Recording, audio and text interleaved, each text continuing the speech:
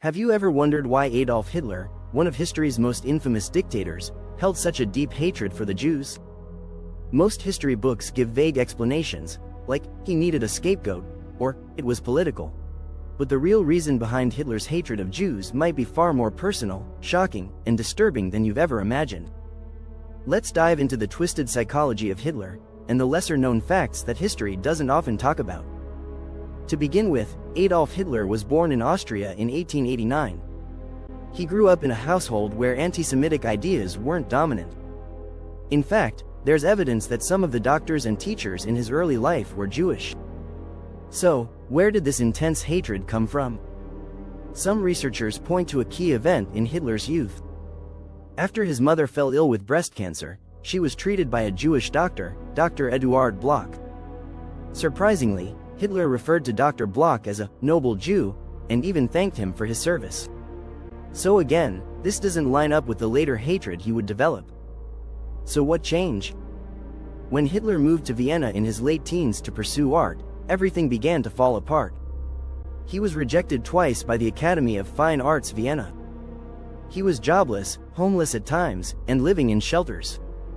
Vienna was a melting pot of cultures and ethnicities, and yes, Jews played a prominent role in the arts, business, and intellectual society. Hitler, a struggling, bitter, and angry young man, may have projected his personal failures onto the success of others. And many of those others were Jews. It was in Vienna that Hitler was first exposed to the rising wave of political anti-Semitism. Influential politicians like Karl Lueger, who was mayor of Vienna, used anti-Semitism as a political weapon. They blamed the Jews for economic struggles, for corruption, and for the decline of traditional values. Hitler observed how this rhetoric earned Lueger popularity, and perhaps took mental notes for the future. But here's where it gets really disturbing. Some historians argue that Hitler's hatred had a deeper psychological trigger. There are unconfirmed but persistent theories that his grandmother, Maria Schicklgruber, may have had an illegitimate child, Hitler's father, with a Jewish man.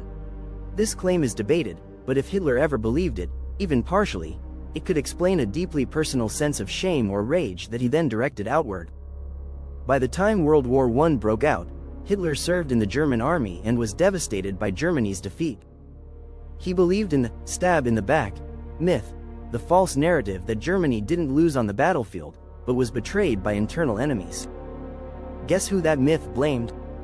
The Jews, along with communists and socialists. This belief shaped his entire worldview.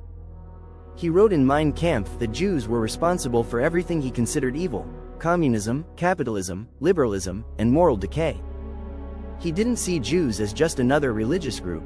He saw them as a race, a threat to what he called the Aryan purity. But the truth is, Hitler didn't invent anti-Semitism. He weaponized it.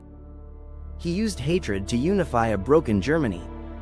Post-World War I Germany was in ruins, unemployment, humiliation, and national shame after the Treaty of Versailles. People were desperate for someone to blame.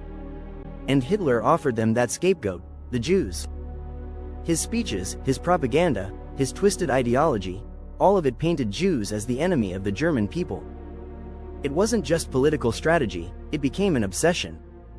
He truly believed exterminating the Jews was necessary for Germany's survival.